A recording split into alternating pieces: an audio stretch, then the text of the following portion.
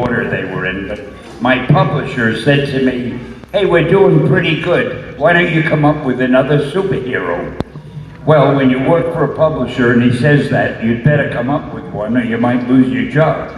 So I went home and I started thinking, and I saw a fly crawling on the wall.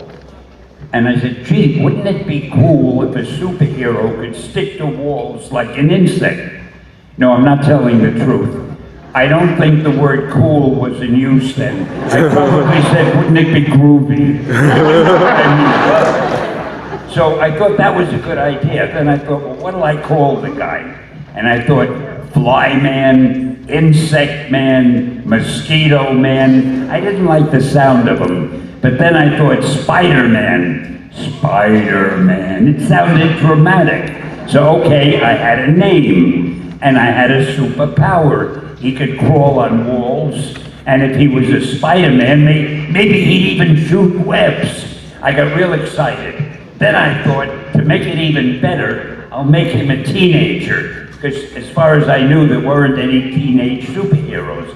And then, to make it the best of all, I said, I'll give him a lot of personal problems.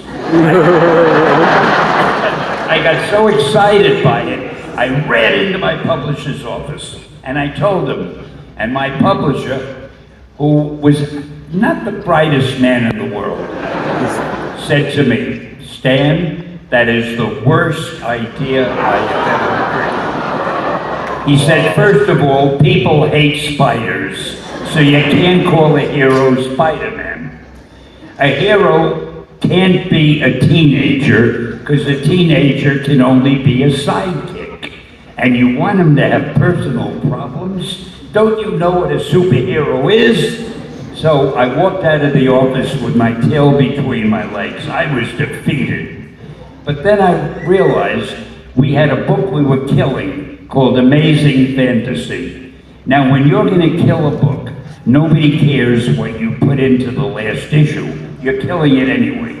So to get it off my chest, I put Spider-Man in that book and featured him on the cover. Well, it was the best-selling book we had all year.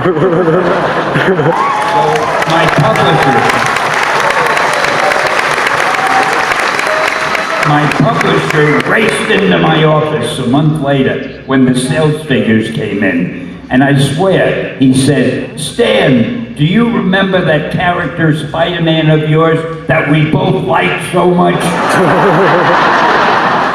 He said, why don't you turn him into a series? And that's how Spider-Man was born. That is the truth. I told you guys it was a good story. Yes. Let's go all the way over here. Favorite has always been Dr. Doom.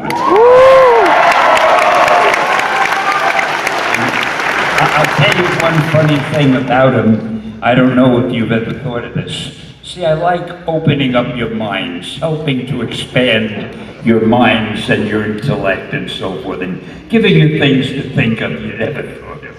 Have you ever thought that Dr. Doom is really not a criminal because all he wants to do is rule the world? Now, any one of you could walk up to a policeman at any time outside and say, officer, I want to rule the world. He can't arrest you. It's not a crime to want to rule the world. I don't know why they make such a big thing about Dr. Doom being a bad person. I agree. Or maybe I'm hopelessly naive. Great question. And you look great, by the way. Strange. I was drunk with power. Because everything we had was selling well. The fans loved them.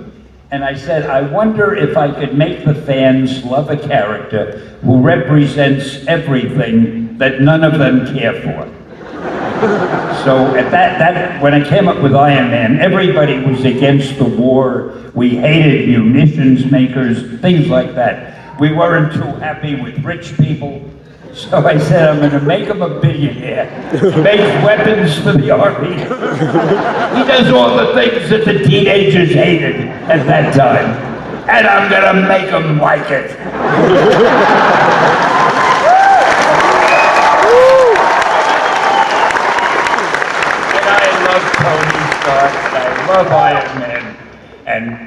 I think I called him the Invincible Iron Man. I always feel you need an adjective for these characters. And that first Iron Man movie was so great. And the actor Robert Downey Robert Downey Jr. Jr. I spoke to Amazing. Downey the other day, and I said, everybody calls you Robert. Does anybody ever call you Bob? And he said, sure, you can call me Bob or Bobo or Babu or Bob, whatever you want. So now I call Incredible him Bob. Babu. I love that. Yes, hi.